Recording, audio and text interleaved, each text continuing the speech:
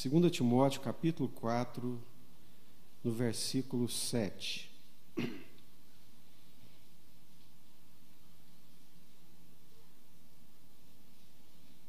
Segunda Timóteo, capítulo 4, versículo 7.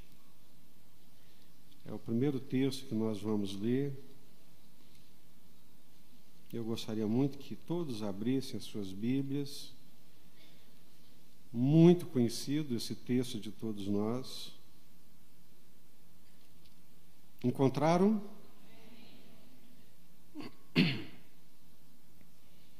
Combati o bom combate, completei a carreira, guardei a fé. Amém? Vamos ler juntos? Combati o bom combate, completei a carreira, guardei a fé. Alguns não leram, mas agora todos nós vamos ler. Amém? Juntos. Combati o bom combate, completei a carreira, guardei a fé. Amém. Agora, 1 Coríntios, primeira carta de Paulo aos Coríntios, capítulo 9.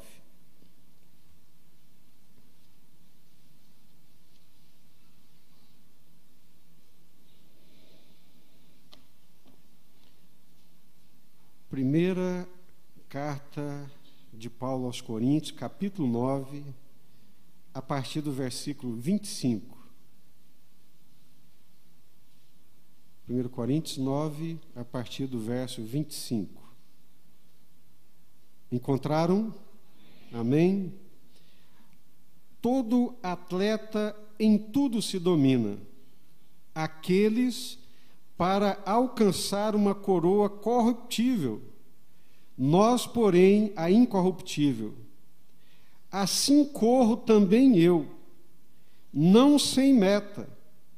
Assim luto não como desferindo golpes no ar, mas esmurro o meu corpo e o reduzo à escravidão, para que, tendo pregado a outros, não venha eu mesmo a ser desqualificado. Combati o bom combate, completei a carreira, guardei a fé. A figura que Paulo está utilizando é a figura de um atleta. É um atleta que inicia uma maratona e, para concluir essa corrida, ele precisa pagar um alto preço de disciplina, de renovação de ânimo e de disposição. Estava ouvindo outro dia um atleta que corria maratona, 42 quilômetros e alguns metros, e ele dizendo que, por mais acostumado que o corpo esteja, você corre bem e livremente quando tem disposição e treino os primeiros 10 quilômetros. A partir daí, as juntas começam a doer. Tornozelo dói, quadril dói, cervical dói, tudo começa a doer. E se a pessoa não estiver imbuída de um caráter fortalecido, de um ânimo redobrado, de que ela vai conseguir chegar ao final, que ela vai cruzar a linha de chegada, se ela não tiver esse ânimo, essa disposição, essa renovação, ela desanima por causa das dores e por causa das dificuldades da carreira. Então Paulo está dizendo que ele completou a carreira, mas para completar essa carreira, ele pagou um alto preço, ele pagava um alto preço. Ele esmurrava o seu próprio corpo, reduzindo ou submetendo o seu corpo aqui, significando os desejos do corpo, a vontade do descanso, a vontade da folga, a vontade do sossego. Ele reduzia o seu corpo, submetendo a uma disposição para que ele continuasse marchando e correndo firmemente essa carreira, para não incorrer no risco de que ele, tendo pregado para outros, ensinado outros, no final viesse a ser desqualificado. Paulo está falando, meus queridos irmãos, do caráter cristão. Desse caráter cristão que forma, que é formado, que é construído, que é transformado, e à medida que ele é construído, que ele é transformado em Deus, à semelhança de Cristo, nós vamos sendo cada vez mais aprovados por Deus. O que nos aprova ou reprova diante de Deus é o nosso caráter. Se nós possuímos ou não um caráter cristão, porque há uma expectativa da parte de Deus a partir do momento que Ele dispensou sobre nós a sua graça, a partir do momento que Ele nos chamou, como eu disse aqui ontem para os jovens, a partir do momento que Ele nos resgatou do império das trevas e nos trouxe para o reino do Filho do seu amor, há também uma expectativa da parte de Deus em relação a nós, que nós cresçamos à semelhança do seu Filho Jesus, que nós entendamos que fomos colocados à semelhança de um atleta numa carreira para correr e para correr segundo as regras estabelecidas e concluir essa carreira com galhardia, com honra, com dignidade e com integridade.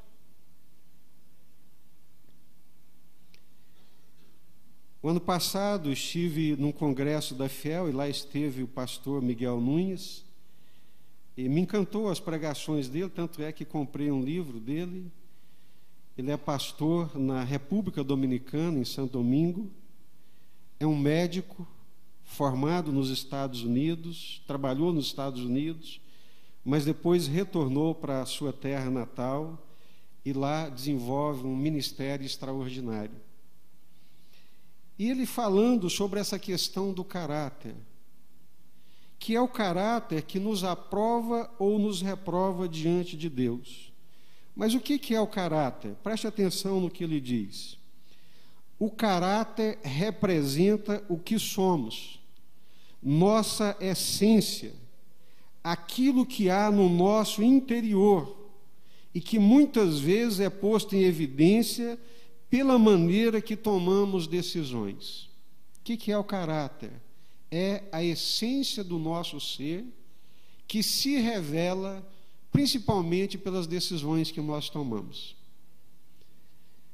O nosso caráter, a essência do nosso ser, aparece e se manifesta, fica patente e evidente a partir das nossas decisões, a partir dos caminhos que nós escolhemos andar, a partir das decisões que nós tomamos, do nosso projeto de vida, do nosso estilo de vida. Isso revela o nosso caráter.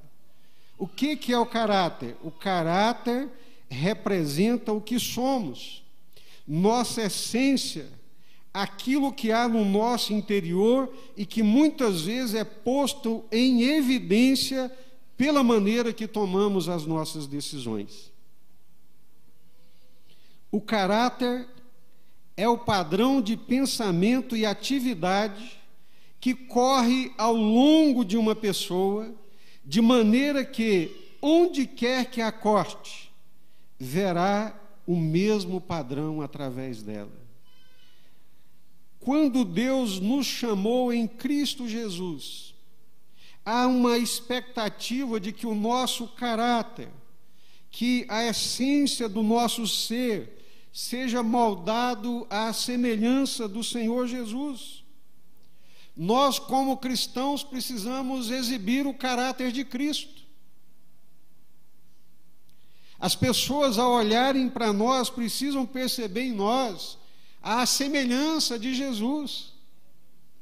Se alguém que, por acaso, não conheça Jesus, não tem relacionamento com Jesus, mas ao conviver conosco é como se estivesse convivendo com Jesus.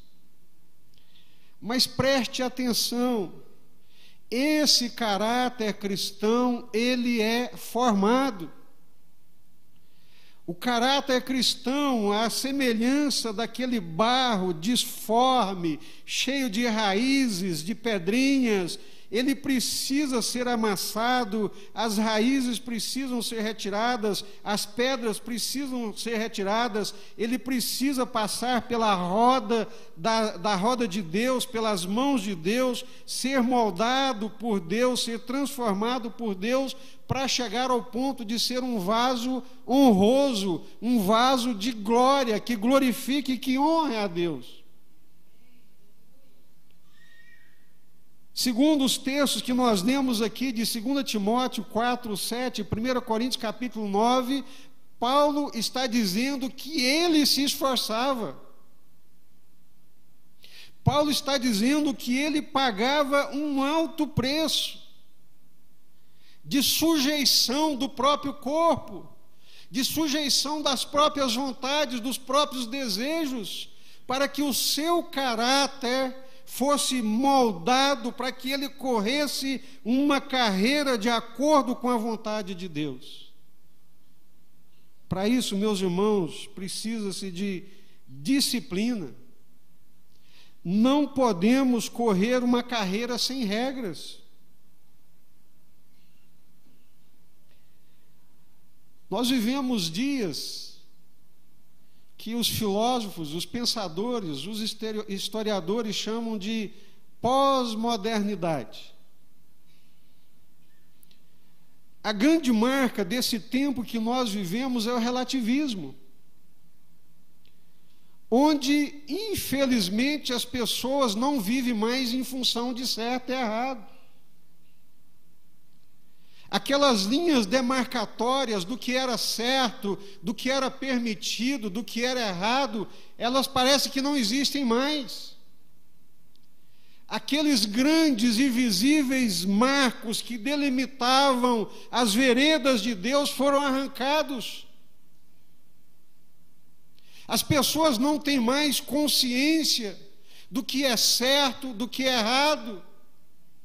Cristãos, crentes, servos de Deus, homens e mulheres de Deus, vivendo e praticando coisas que a palavra de Deus condena. Não tem mais força nem disciplina para subjugar o corpo e a vontade dentro dos parâmetros, dos limites estabelecidos por Deus em sua palavra. Meus irmãos, não há vida cristã, não há caráter cristão se esse caráter não for formado, se não houver disciplina, se não houver busca de Deus, se não houver rendição a Deus, a sua vontade e a sua palavra. Pergunte a qualquer filósofo, a qualquer pensador, qual é a marca do tempo presente. Ele vai dizer, é o relativismo. Não tem nada errado, não tem nada certo, é um mundo cinza, não existe preto, branco, está valendo tudo.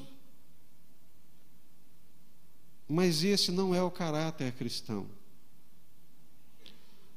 O caráter cristão, ele é formado, ele é modelado na roda de Deus, de acordo com a palavra de Deus, vivendo uma vida em submissão a Deus e à sua vontade, sabendo que tem uma carreira para ser percorrida.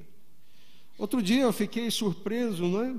O Fantástico todo, outro dia, assim, um ano atrás, o Fantástico noticiou, todos estavam assombrados.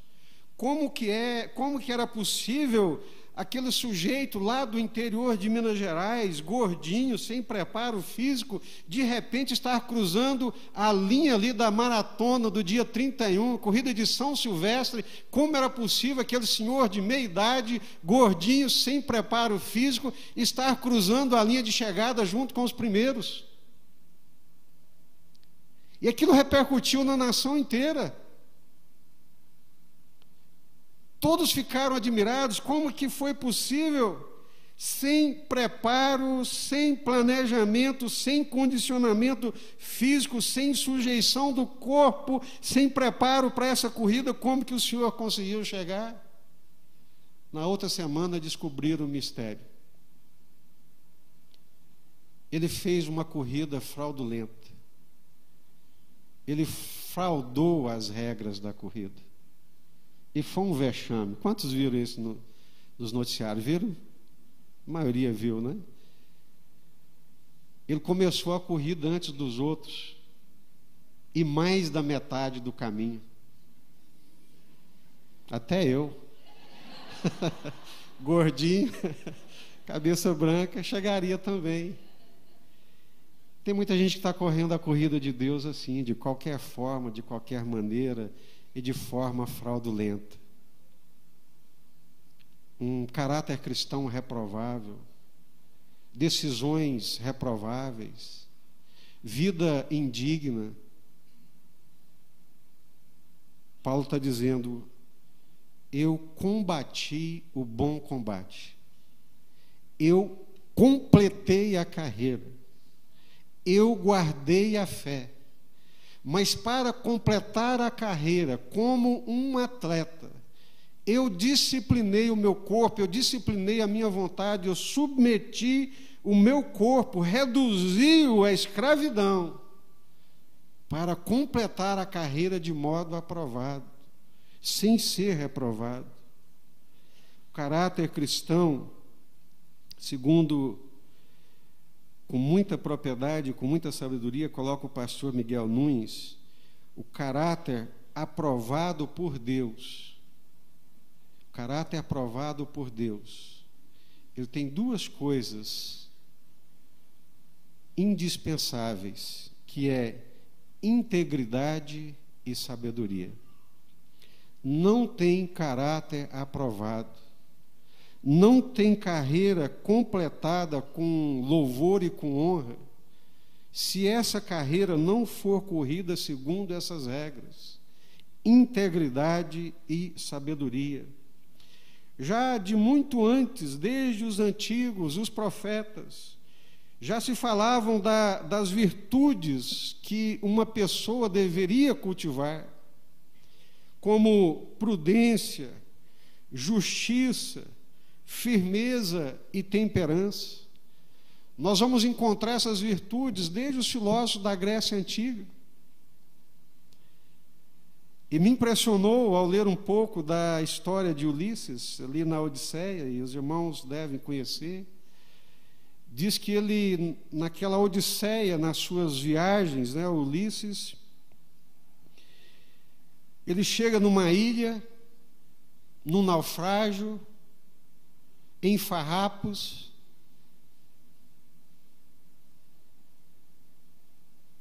e naquela ilha ele é acolhido pela dona da ilha, uma senhora muito bonita, que era também uma feiticeira. E ela se apaixona pelo Ulisses. E diz que nessa paixão dela pelo Ulisses, e percebendo que Ulisses queria retornar para casa, para sua esposa, para o seu filho, ela, como feiticeira, bruxa, poderosa que era, segundo a lenda, a história, ela disse para Ulisses: fica comigo, fica aqui, que eu te darei a vida eterna, você nunca morrerá. E a resposta do Ulisses foi: eu prefiro morrer junto da pessoa certa, no lugar certo, do que viver a eternidade com a pessoa errada no lugar errado. Isso é integridade, irmãos. Fazia parte da sabedoria grega cultivar a prudência, a justiça, a firmeza e a temperança. Sócrates, quando foi denunciado injustamente por causa do ciúme dos pretensos sábios de Atenas, armaram, denunciaram e ele foi a julgamento, e quando chegou no julgamento, eles lhe propuseram: se você parar de filosofar aqui em Atenas, nós não te prendemos e suspendemos a sua pena de morte. A resposta dele foi: de que me adianta viver se eu não puder falar a verdade?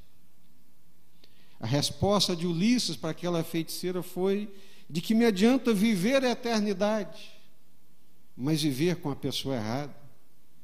De que me adianta obter a vida, escapar de uma sentença de morte, mas não puder mais falar a verdade? Eu prefiro morrer a viver uma vida mentirosa. Isso é integridade, meus irmãos. Coisa banalizada e que não tem mais nenhum sentido nos nossos dias. Mas nós somos aprovados diante de Deus, é pelo nosso caráter. E esse caráter é aprovado por Deus, ele é pautado pela integridade e pela sabedoria. Essas virtudes precisam fazer parte da nossa vida, numa busca constante de um crescimento em Deus e a semelhança do Senhor Jesus Cristo. Prudência, o que é a prudência? É sabedoria que nos permite discernir o bem do mal e optar pelo bem. O que é justiça? Uma vida pautada na justiça é dar sempre ao outro aquilo que lhe pertence, aquilo que lhe é de direito. Honra, respeito. Justiça é tratar o outro dando-lhe sempre aquilo que é de direito. Firmeza ou fortaleza, nesse sentido de virtude, é aquilo que nos coloca acima do medo. O medo de morrer, o medo de perder alguma coisa. E temperança é o controle dos desejos ou dos prazeres. E para nós que somos cristãos, isso se reveste de um significado muito maior do que a sabedoria grega, porque nós procuramos pautar a nossa vida e o nosso caráter olhando para Jesus, buscando nos imperativos da palavra de Deus, quando está lá muito claro aquilo que eu devo e aquilo que eu não devo fazer.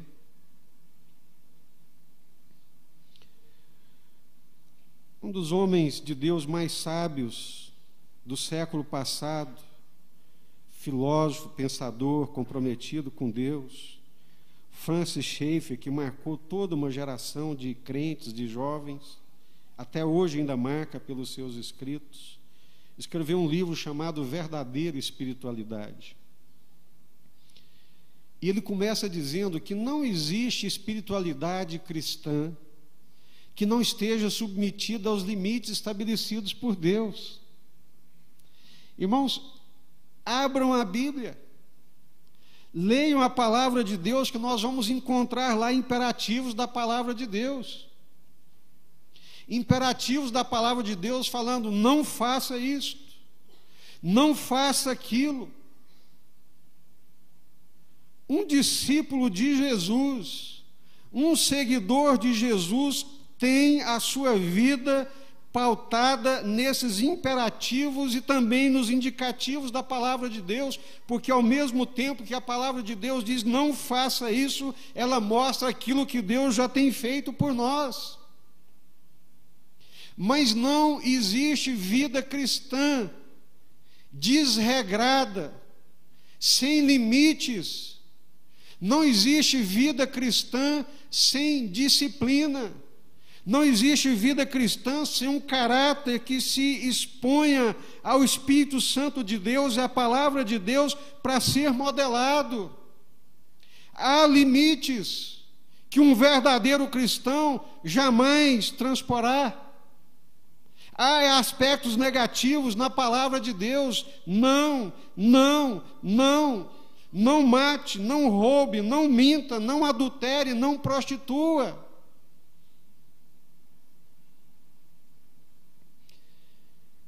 E nesse esforço para a glória de Deus e para completar a carreira, exige-se de nós um esforço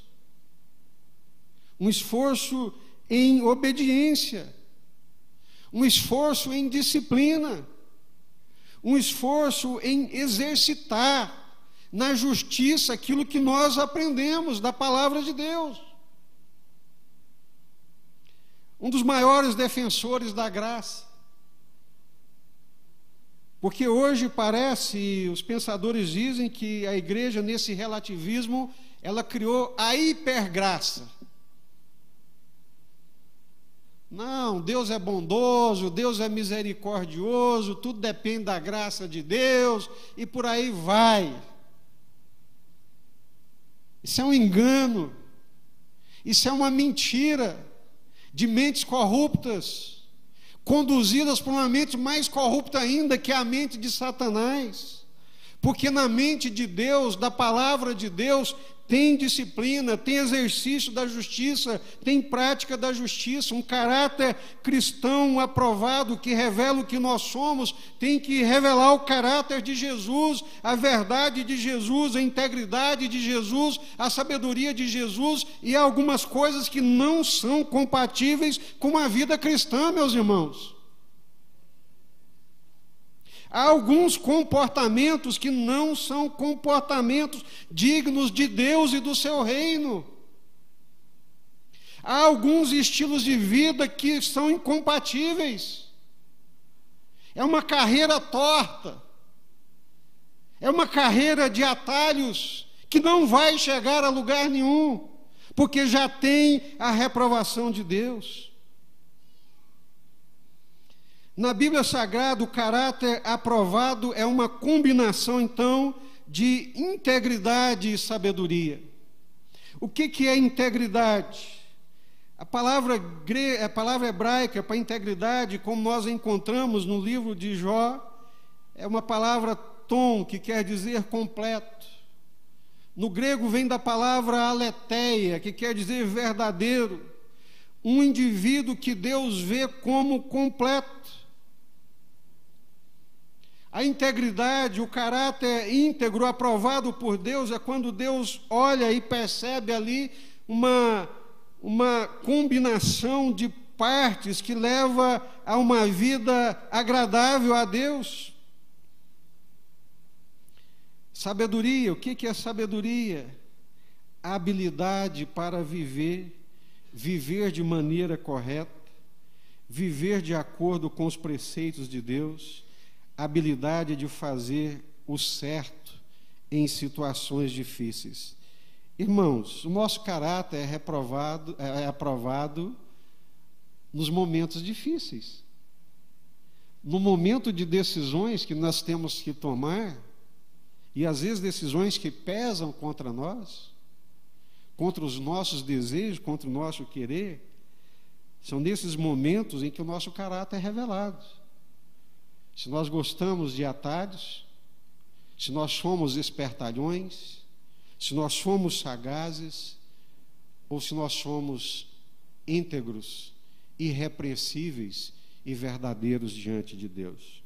Vamos a alguns exemplos nas Sagradas Escrituras, né? Lembrando disso, que um caráter cristão é formado com disciplina e com exercício da verdade e da justiça. Abra sua Bíblia agora em Jó, no capítulo 2, versículo 3. Livro de Jó, capítulo 2, versículo 3.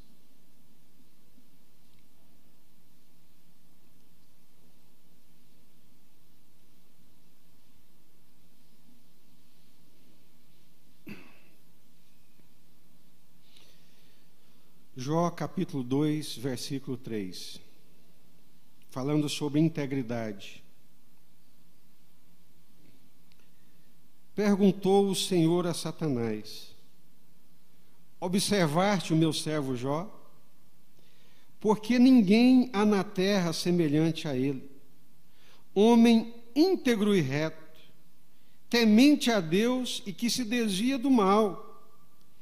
Ele conserva a sua integridade embora me incitasses contra ele para o consumir sem causa. Irrepreensível, reto, nesse testemunho que Deus está dando de Jó, quer dizer que Jó não peca? Irrepreensível, íntegro, significa sem pecado?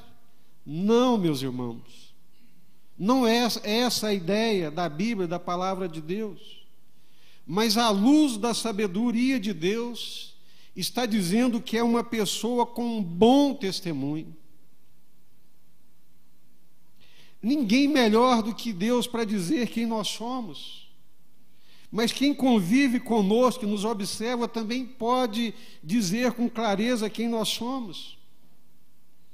Irrepreensível, íntegro, quer dizer que tem um bom testemunho, que não é reconhecido por sua natureza pecaminosa, nem como alguém que vive na prática do pecado.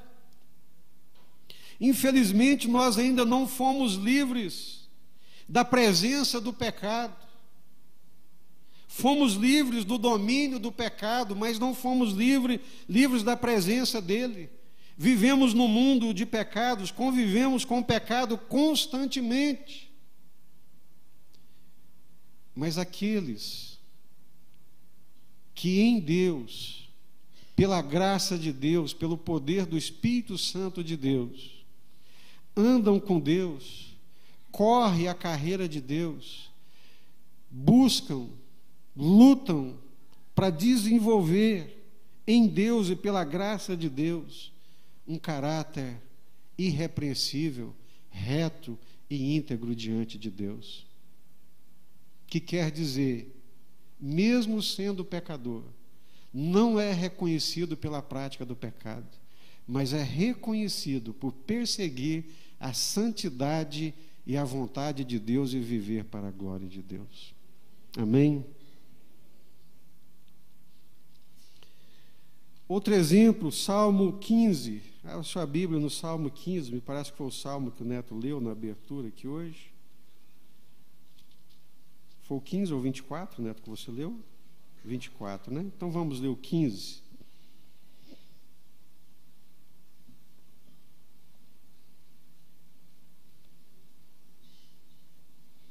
Por favor.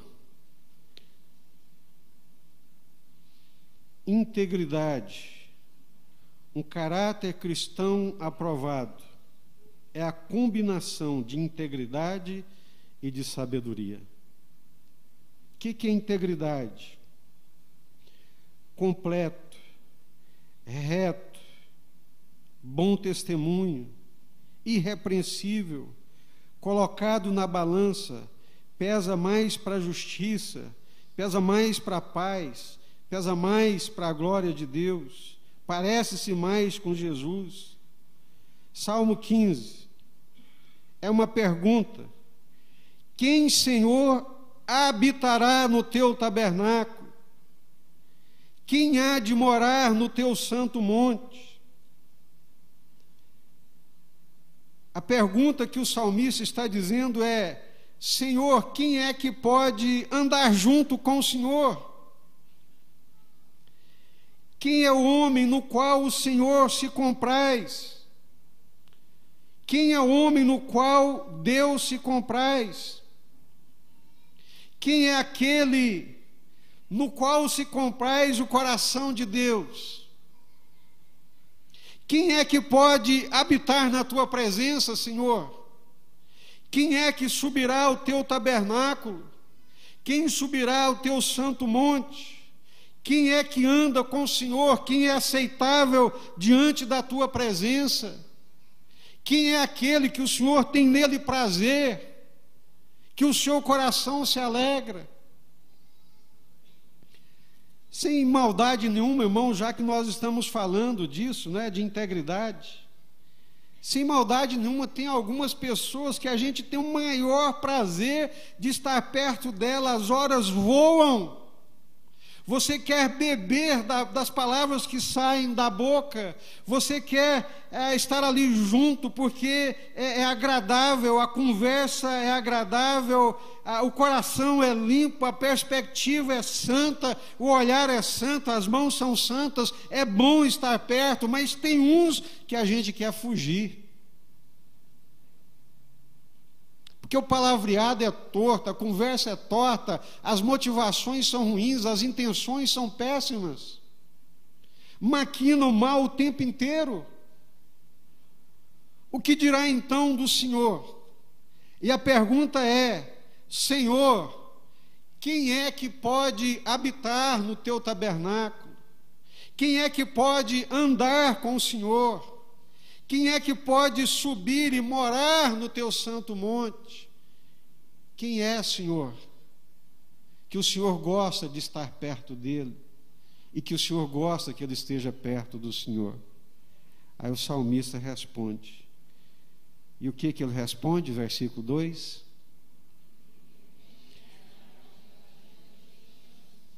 O que vive com integridade. O que vive com integridade. A própria palavra, na sua origem etimológica, né, é um tecido íntegro, uma vasilha íntegra que não tem rupturas, não é rasgado, é inteiro, é completo, é sincero. Quem é que o Senhor se agrada? Quem é o homem no qual se compraz o coração de Deus? É aquele que vive com integridade,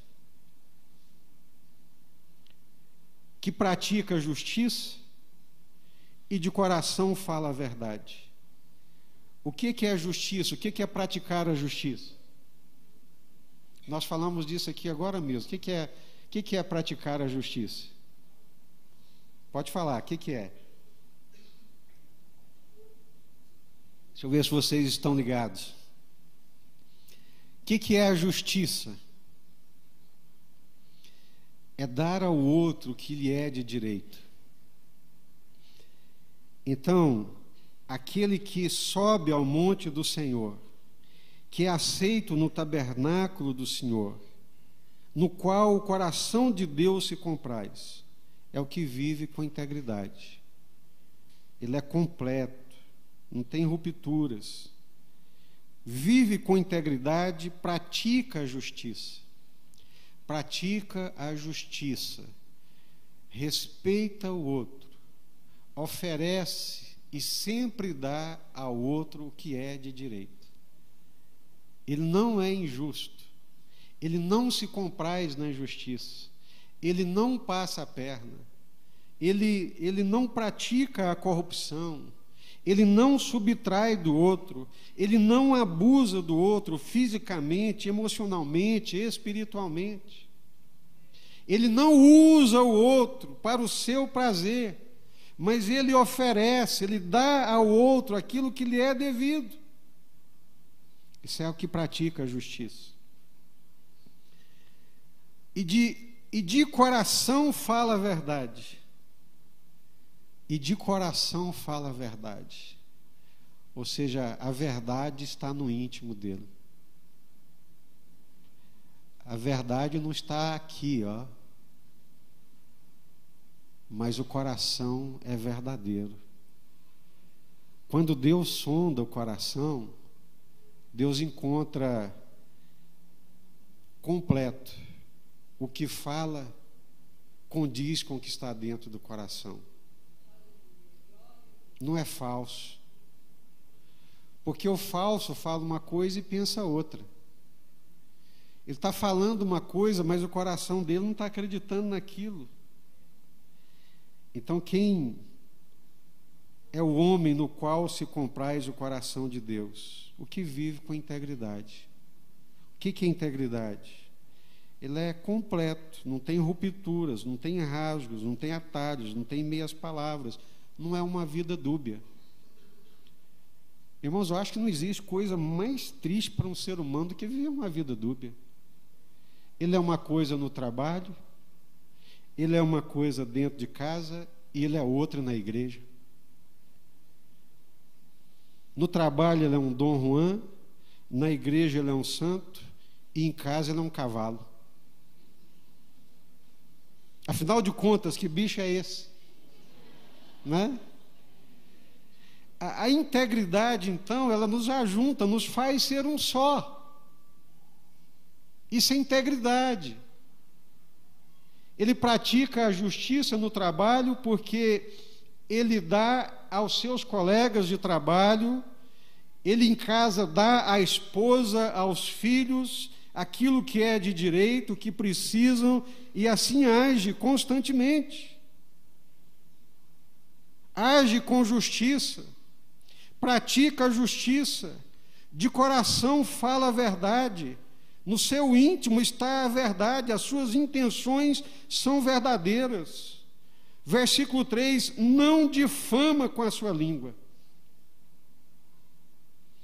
Aí o Tiago diz que para passar nesse teste aí, é só muita graça de Deus, porque para vencer esse pequeno órgão peçonhento que é a língua, é muito domínio do Espírito Santo.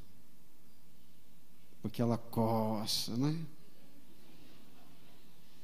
Irmão, vou te contar aí, né? Vou te contar que é para você orar, né? Estou compartilhando que é para você orar, mas espero que você não, né? Então, é essa questão que Tiago está dizendo, todos nós lutamos, irmãos. Todos nós indistintamente pelejamos. Há uma luta, mas isso forja o nosso caráter diante de Deus.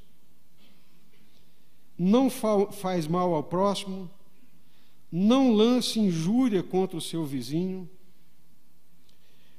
aos seus olhos despreza o que é reprovável, mas honra os que temem o Senhor, jura com dano próprio e não se retrata, ou seja, empenhou a palavra, veio o dano, eu não volto atrás.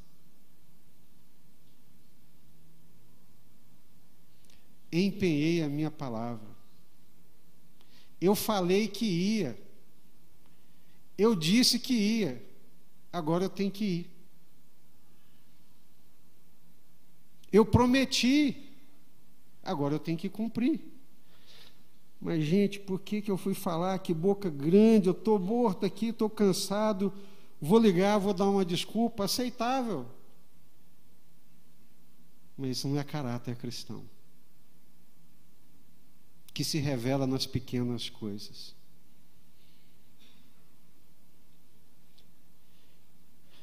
Esse caráter cristão, mesmo que seja com o próprio dano, não se retrata. Assinei um contrato, empenhei a minha palavra, pus o meu nome lá, que carrego nas minhas costas o nome do Senhor Jesus, eu tenho que cumprir.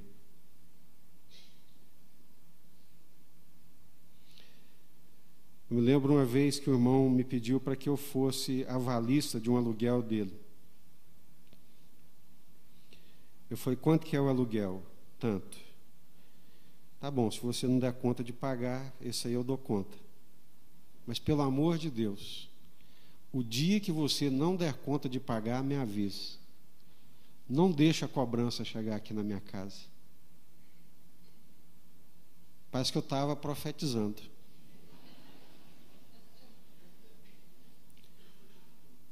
Por um lado, eu não podia deixar o irmão ficar na rua. Aí o Senhor não me aprova.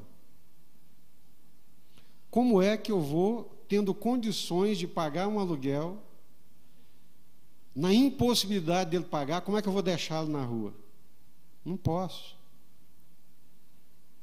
Então fui lá, assinei como avalista. Impressionante é que na lei brasileira, não sei se os outros lugares, se eu estou correto na interpretação, se não tiver, depois os advogados me ajudem e me corrijam, mas se eu sou o fiador, A lei não espreme tanto o devedor quanto me espreme. Ela vai nele, não posso pagar. O porrete vem para cima de mim. Aí o telefone toca da imobiliária: senhor Jesus Aparecido, Santo Silva. Sim, senhora, sou eu. Pois não, aqui da imobiliária tal, o senhor está com uma pendência aqui. Eu? É o senhor. Não, mas eu nem sequer aluguei casa de vocês, não fiz negócio nenhum com vocês. Não, o senhor é avalista do senhor fulano de tal. Ah, irmãos, o céu desabou sobre mim. Se eu pudesse pegá-lo pelo pescoço naquela hora. Aí liguei para ele imediatamente: irmão, eu não te pedi que caso você não pagasse, não pudesse pagar, que você me avisasse. Fica tranquilo, já resolvi, já fui lá e já resolvi. Aleluia, glória a Deus. Mas eu teria que pagar.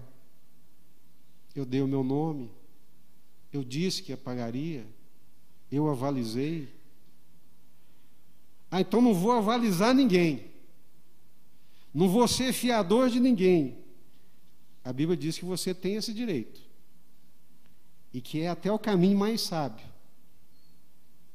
E que antes de ser fiador, pense 1, 2, 3, 4 vezes. Mas, irmãos, entre arriscar uma parte da minha renda e deixar um irmão na rua, qual que é o certo, qual que é o direito?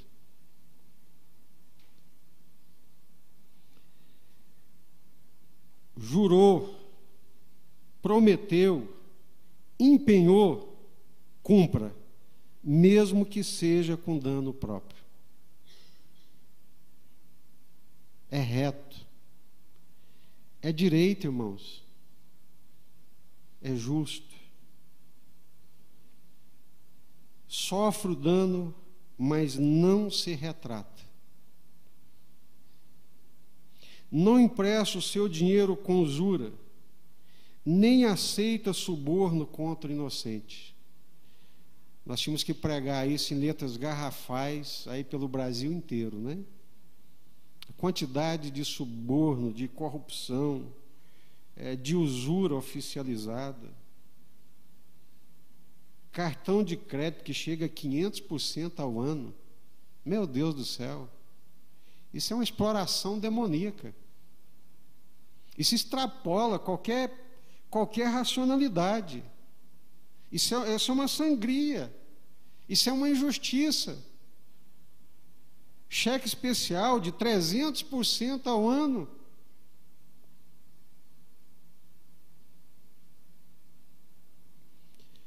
Fiquei sabendo outro dia que tem muitos crentes hoje que vivem de emprestar dinheiro a 10% ao ano. Ao mês, perdão. Ah, vocês estão sabendo, hein? Se entregaram.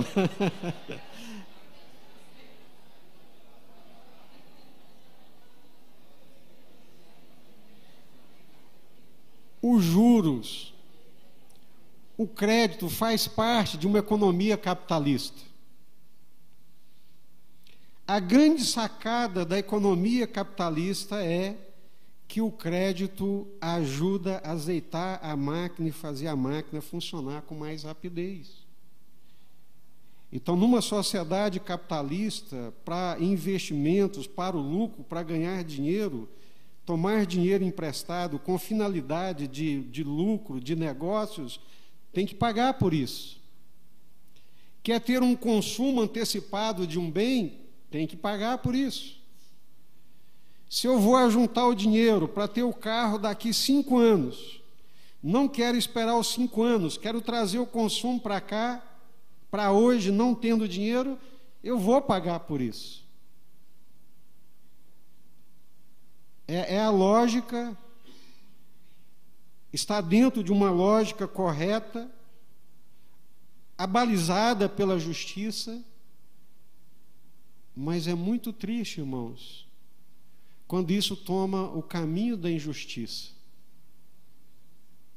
Principalmente um servo de Deus que passa a viver de juros abusivos.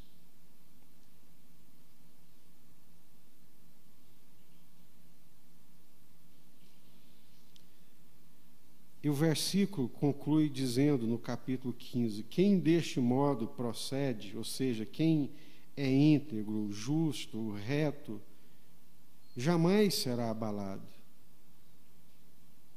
Integridade, retidão, caráter reto, caráter íntegro, pratica a justiça, fala a verdade de coração, vive uma vida reta diante de Deus, empenhou a palavra e cumpre com aquilo que empenhou. Irmãos, pensa bem, a Bíblia é muito clara quanto a isso. Quando o irmão pediu para eu ser o fiador, eu perguntei quanto que é. Você vai me fiar em tantos reais. Sinto muito, não posso. Se você não pagar, vai afundar 2, que eu também não dou conta de pagar isso. Quanto que é? Tanto. Bom, se você se apertar, nós 2 nos viramos. Pergunta. Planeja.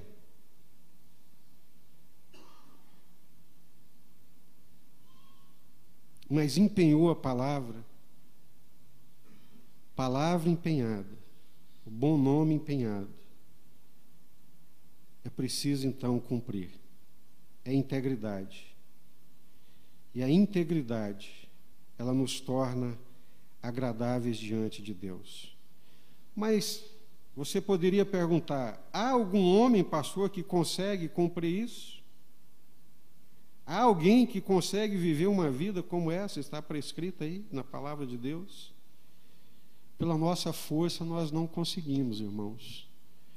Mas pela graça de Deus e pelo poder do Espírito Santo nós conseguimos.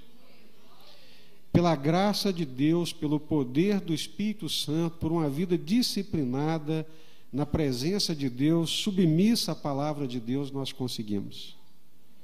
Há uma promessa da palavra de Deus de que o fruto do Espírito Santo de Deus na nossa vida, o Espírito Santo produz fruto de Deus, da vontade de Deus, do caráter de Deus em nós. Agora, um grande cuidado que nós precisamos ter é com o orgulho. E esse pastor que escreveu esse livro, ele diz assim: uma das coisas com as quais precisamos ter cuidado é que a nossa integridade não se transforme em um ídolo ou em motivo de orgulho para nós. Anos atrás, o Senhor me mostrou 2 áreas de orgulho nas quais ele entendia que devia trabalhar muito.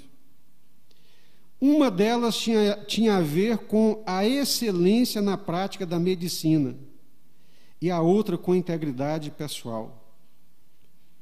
Ele é médico, muitíssimo reconhecido, uma formação extraordinária e um trabalho excelente. Mas a excelência do trabalho, que é digno, que é íntegro, laçou ele num orgulho. É o que ele está dizendo. Anos atrás, o Senhor me mostrou 2 áreas de orgulho. Uma delas tinha a ver com a excelência na prática da medicina. Aquilo que nós fazemos com excelência e com integridade pode se transformar num ídolo na nossa vida. Então nós temos que ter cuidado. E a outra com integridade pessoal. Quando nós somos retos e íntegros, glória a Deus, pela graça de Deus, nós temos que ter cuidado para não cair na cilada do orgulho. Nesse momento, o Senhor me confrontou com a seguinte pergunta: quem você pensa que é? Se a integridade do meu filho, que é santo, foi questionada, quem você pensa que é para que não seja questionado? Assim foi como descobri que a integridade ao caminhar havia se tornado num motivo de orgulho pessoal. Para evitar que isto ocorra, devemos ter sempre em mente que é a graça de Deus que possibilita que andemos com integridade de coração. Amém? Podemos encerrar aqui? Depois nós falamos sobre a sabedoria. Caráter cristão aprovado, irmãos, passa pela integridade. Somos pecadores, temos falhas, mas quando colocado na balança, o bom testemunho tem que prevalecer. Mesmo as pessoas sabendo que nós somos pecadores, hão de saber que a regra, que o hábito, que a tônica da nossa vida não é o pecado, não é a iniquidade, mas é a integridade.